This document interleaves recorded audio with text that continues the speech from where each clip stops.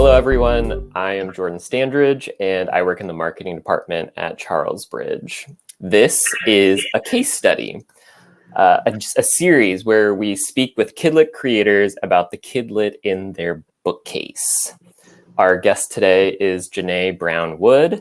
She is the author of books such as Imani's Moon, Grandma's Tiny House, and the new release, Shh-the-Babies-Asleep. In addition to being an author, JaNay is an assistant professor in the Child and Adolescent Development Department. She lives in California. Welcome, JaNay. Thank you so much. Thanks for having me. I'm excited to be here. What's your favorite children's book, both as a kid growing up and now as an adult?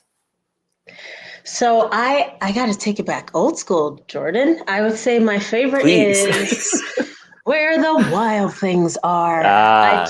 I love this book. I've always loved this book. And I think for a couple reasons. I think as a child, you look at the title and it's a little scary, but it's the sort of scary that's in your control because you're holding it in your hands and you're flipping through and you're seeing what's happening to Max, this protagonist, right? And then as you explore and you see, actually, it's not that scary and it's really enjoyable. So I think as a kid, it was sort of dabbling in the fear, but conquering it to see what's going to happen next is something that definitely drew me in. And as an adult, I think I just enjoy Maurice Sendak's story, his use of things like blank space, his choice of words. And I also really love reading it aloud, especially when I read it to my daughter. For example, one of my favorite pages to read is when he meets the beasts, right? The wild things. Yeah. And they're he's staring into all of their yellow eyes. This one here, like when I read it to children or to my daughter, and when they roar their terrible roars, and then she and I will go, roar, and they gnash their terrible teeth, nah, nah, So I think as an adult, that's one of the things I enjoy about it, just the language, but also how much fun it is to read aloud, and also how you can have conversations with kids about what are the wild things and kind of get their take on it. So that's why I think it stayed as one of my favorites, even from childhood through into adulthood and even now. My next question that I had for you was, is there a particular book that you absolutely can't part with? And if so, what is the reason why it resonates with you so much? So the book that I cannot part with is this one. It's called In a Blue Room, and it's by Jim Averbeck and illustrated by Trisha Tusa. And this book, it just resonated with me from the first time I heard it. Averbeck's, again, use of language. So I'm a poet, right? My Grandma's Tiny House rhymes, The Baby's Asleep rhymes, it's onomatopoeic. So I'm someone who always has this ear for language and using language to really just play with your senses and make an enjoyable read aloud. And so I think this book, In a Blue Room, does that in such a magical way. I'll just open a few pages. Something that I really enjoy about it is the use of the different senses. So like here, Mama brings the protagonist tea, orange tea, which she sips. So we're talking about taste. And another page, the mother brings in these bells that tinkle. So we hear sound.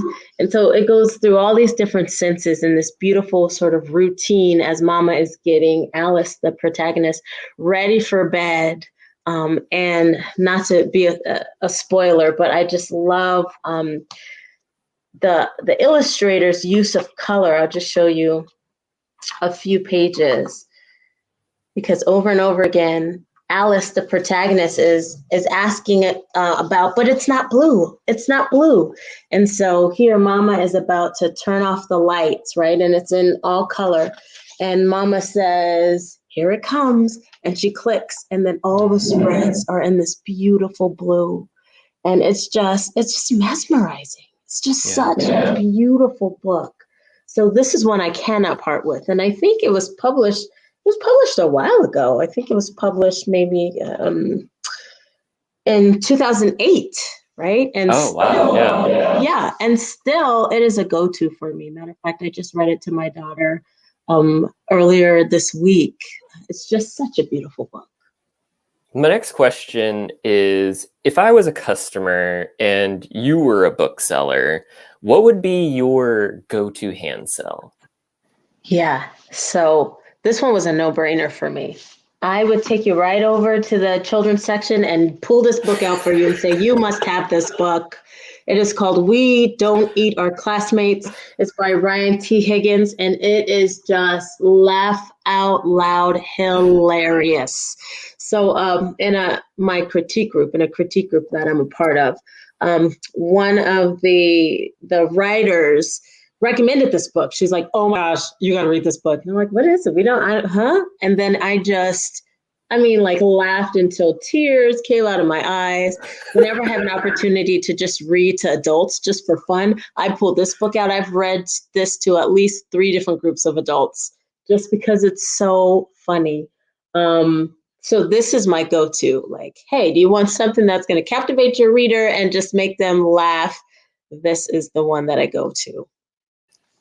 I personally think it's got classic written all over it because it is hysterical. Finally, the big day came, and Penelope Rex was very surprised to find out that all of her classmates were children.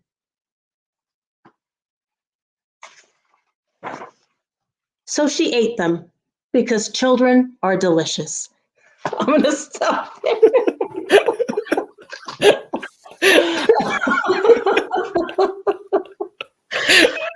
Hilarious all the way through, and the artwork is really, really cool too. I do like the amount of lunch that is packed plus a single apple juice.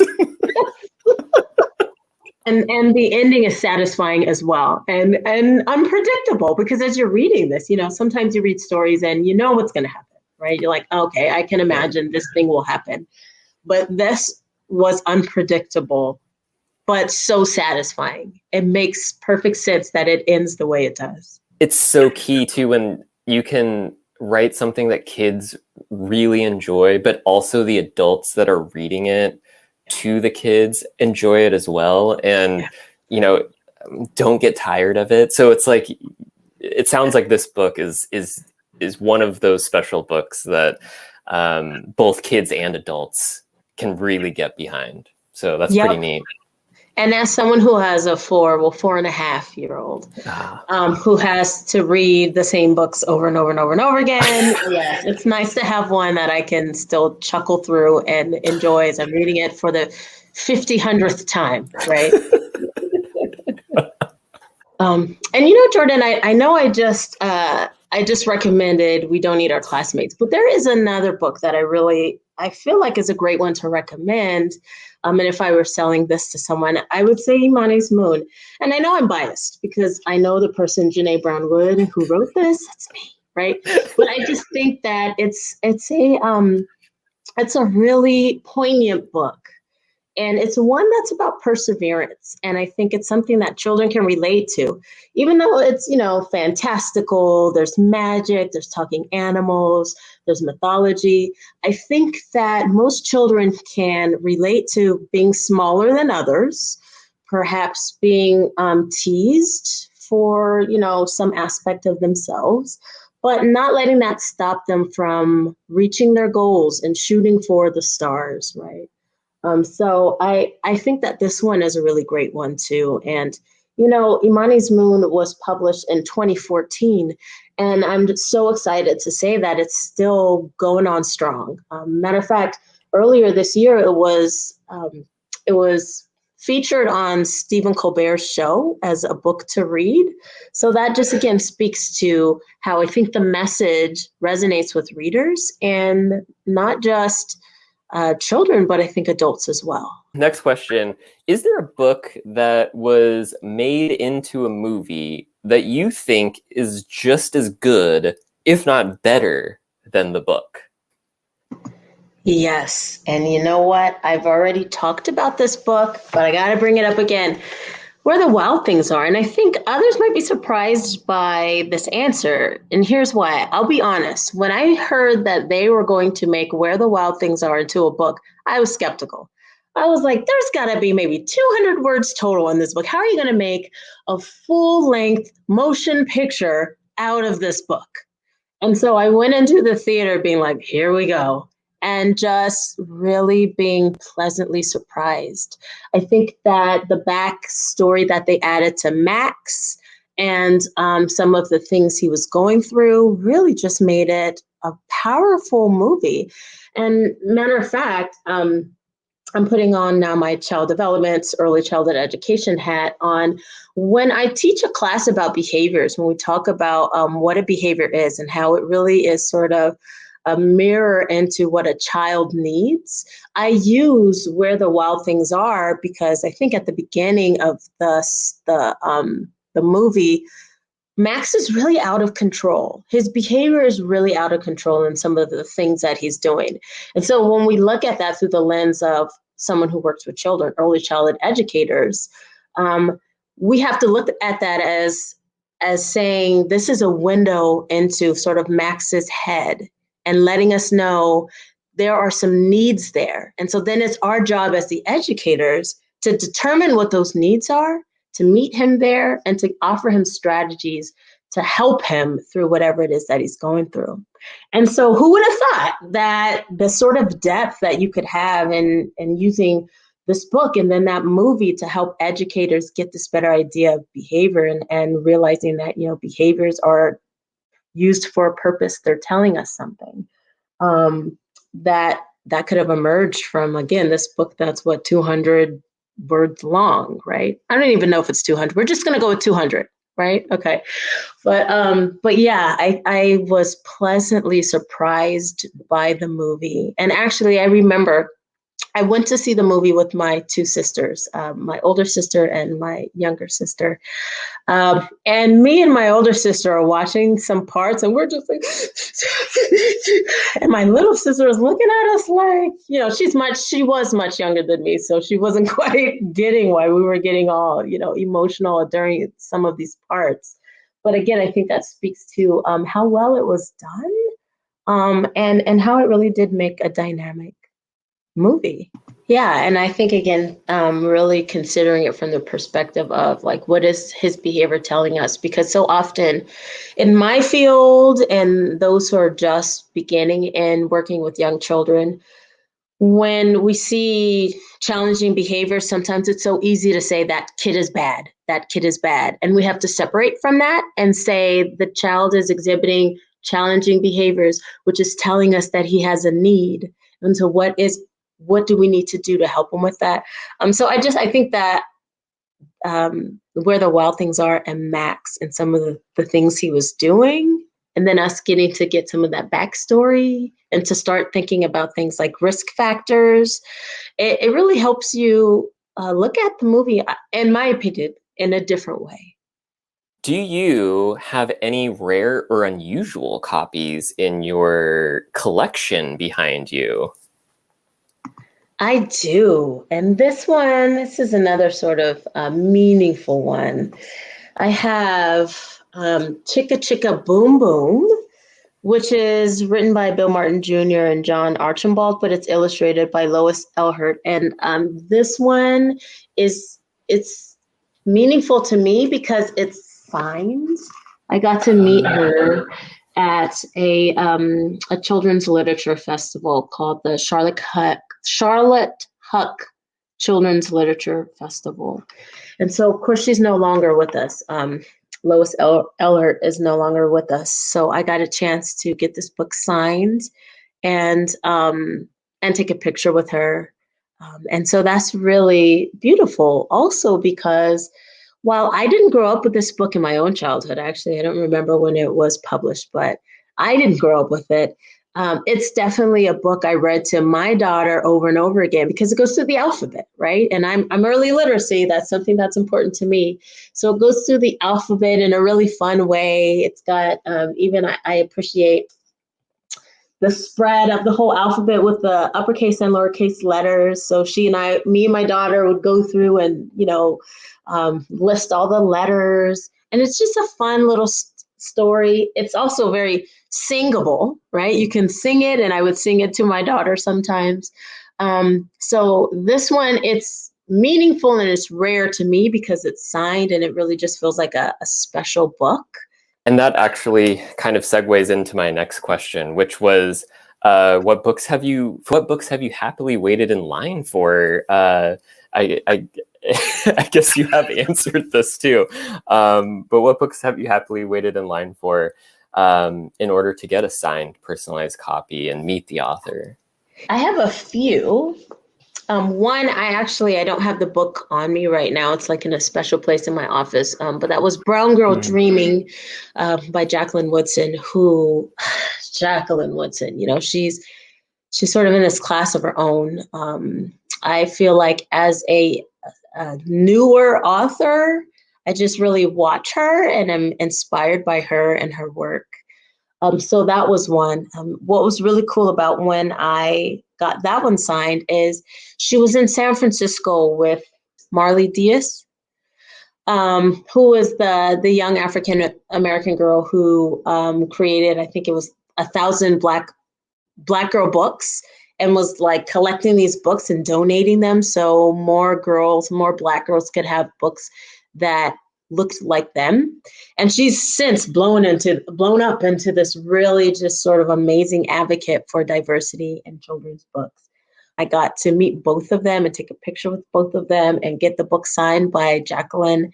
And then I remembered asking Jacqueline, do you have any advice for budding authors in this, field? Do you have any advice for them? And she simply said, be prolific. Be prolific.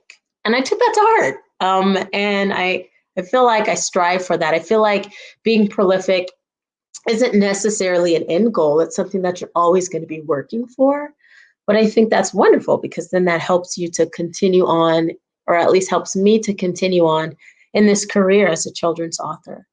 So Brown Girl Dreaming, Jacqueline Woodson, and then two others includes The Crossover by Kwame Alexander. And this one was signed too, and let's see. There we go. And I think that this was the first novel and poem that I had read, and I just really remember loving it and just I don't know, being inspired by it. So this was one. And then the last one was Where the Mountain Meets the Moon by Grace Lynn. And she was a part of a program in Davis. Where's that? She was a part of a program in Davis, so I got to go hear her speak. I think the program was called Words Take Wing, I think. And so she got to speak and talk about her experiences of writing for children and showing all these beautiful pictures and artifacts. And then afterward, we wait and we get it signed.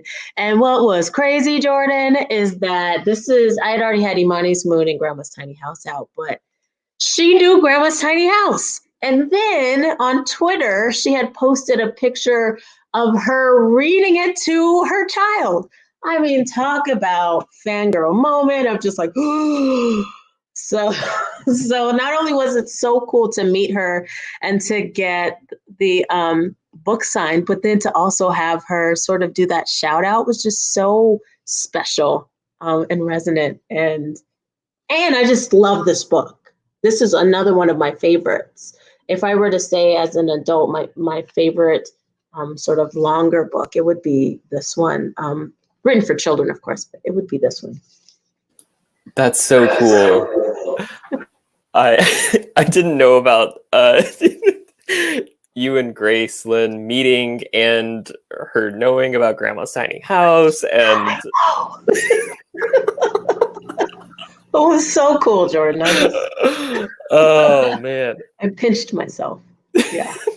The next segment is an opportunity for you to give a shout out to your favorite indie bookstore or library. This might be a place that you frequent often, support, discovered some of these books at. So is there a place that you would like to highlight? Yeah, I'd like to highlight Underground Books. This is a bookstore in Sacramento, in Oak Park, a part of Sacramento.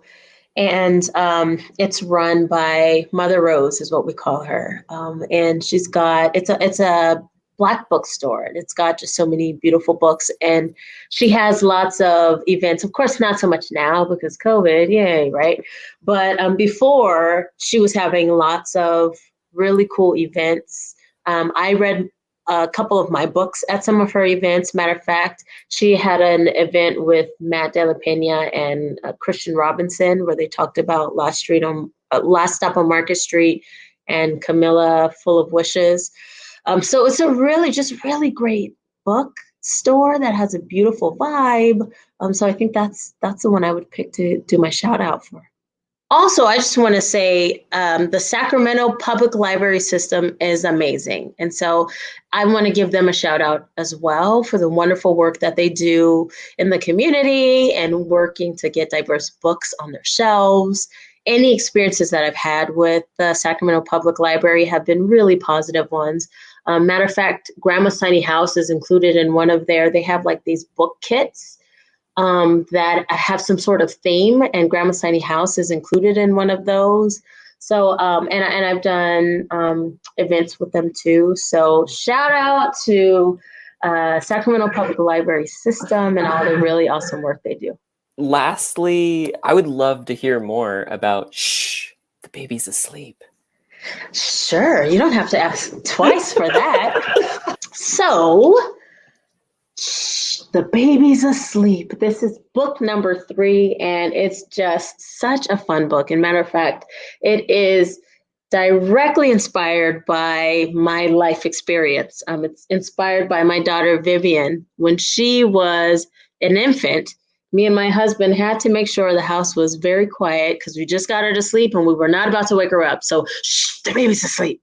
And so what that kind of built into this really fun story that includes some important language aspects. And this is, again, me putting on the early childhood educator, child development hat, because it's in rhyme and it's onomatopoeic, meaning it's got lots of sound words throughout, like grumble, grumble, grumble, or creak, right? So not only is it written in rhyme, but it's got onomatopoeia, and we get to follow this really fun, boisterous, lively family through the house as older brother is telling everyone, shh, the baby's asleep. And one of my most favorite things about it is that the solution to the problem is a book, right? Yay for books. It's a book. Pull out a book and this will solve the problem. So I love that it includes just this warm, vibrant artwork, and especially images of Black family all together in each other's space, reading and enjoying books. And I felt like that this was an important image, right? It's an important image to make sure it's out there in books, because I think so often African-American people might have sort of these more negative types of narratives. And so there are so many beautiful things happening within, a Black home that we need to make sure we're capturing those in story form as well. And so that is definitely something I tried to do with Shh, the Baby's Asleep. It's so much fun to read aloud, like you were saying, the acting out, the, onomatopoeic words, but also it sets the stage for some call and response, right? Because of the repetition and shh, the baby's asleep. The adult could be reading, and then, if the child is familiar with this book, then the adult can turn to the child, and then, or a group of children, then they can all together go, shh, the baby's asleep, and talk about a way to really be interactive in reading with children in this really fun and engaging way. That's everything for this episode of A Case Study. Thank you so much for joining, JaNay, and talking with us. This was so much fun, and I appreciate it. And I love children's literature. I love talking about books. So this was a fun way to sort of do that and have this really great conversation with you. Yeah, thank you. And then thank you to my colleagues behind the scenes for helping us create this series. And thank you for joining at home. So we'll see you next time.